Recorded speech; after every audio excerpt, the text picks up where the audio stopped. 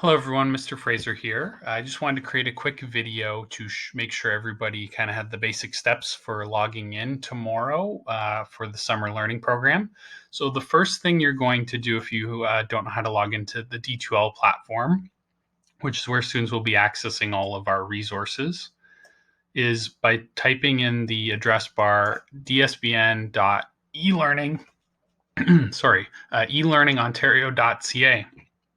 And when you click on that, it'll ask the child to sign in, and they'll put in their DSBN login information like they would on a computer. It won't look exactly like this because obviously this is my home screen, but it should have a My Courses tab, and there won't be as many as I have. But they'll click on that link. It should say Summer Learning Grade 5, and they'll either be in Group 1 or Group 2, depending on, or we've labeled them as Group A and Group B, depending on what their start time is.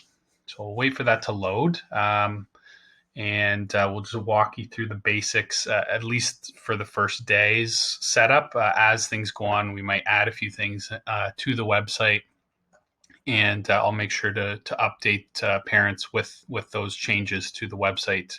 But the overall look and feel will be identical throughout the 3 weeks of learning. So right off the start, you will be able to tell if you're in the right grouping by checking to see if my name is there. And then you'll be assigned either Group A if you're a 9 a.m. start time, or Group B if you are a 10:30 start time. Below that is a menu with a bunch of different links that you may have seen before, stuff like Dreambox, where kids can access these things after our learning, or we may use them occasionally in our learning, and they're just quick links to get to things, so they can be very useful. If you scroll down, you find our daily activities, which are just loading up here. So for Monday, it'll be posted, and you will see basically it'll tell you what day of the week it is. So Monday, it will have a little bit of a glitch there. It'll have a good morning video, which the kids can click on, and it will kind of give them a rundown of what we'll be doing that day. And then the big thing, since the majority of this is online learning, is live for 9 a.m. So if you can check the video out just before 9, that's great. But you click this link, and I will click it just to show parents and kids what it's going to look like. Will take us to Microsoft Teams, and that's the program we're going to be using to talk and communicate with each other and do live lessons and all that kind of stuff. So you do need to access that in order to work with us each morning. So basically, it's a link to the conversation. You'll have the choice, since this is taking so long.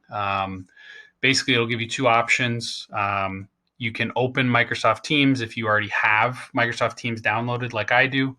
If you don't, it should offer a link to downloading the app if you want it, or continuing online with the browser. And students would log in with, again, their DSBN information, their student email, that kind of thing, if it requests it.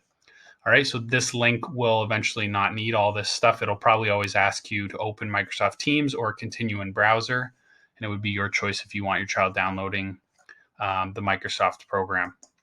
So going back to here, that's our meeting. So they'll always want to click on that, and we'll give about 9 to 9:10 of time for students to log in, and we'll have kind of little quick activities until the actual learning starts. That just gives kids a chance to check out the video and then log in, and then we'll get started. And so I will post up things on the screen, but when kids want to access the math and literacy that we're working on each day, that's with these two buttons here. So they'll be clickable. They'll take you to the math learning that we're doing, whether it's a slideshow or a reading or a video or those kinds of things. And then that's pretty much it. Each day that'll get posted there. And on this side, if students need help, they can just respond to each day. I will post a help post, and they can respond to the post if they need any help with anything. We have a weekly STEM challenge that is optional that students can participate in if they choose. So that's clickable there. And there'll always be a couple times a week a surprise button. So they'll click on that for a surprise activity that they can participate in. And lastly, at this point, if any students need any help with anything, I did send out a link with this information, but it's also on the website. So that's pretty much it. That's our classroom website, at least for now. If you have any questions, feel free to send me an email. Thanks. Bye.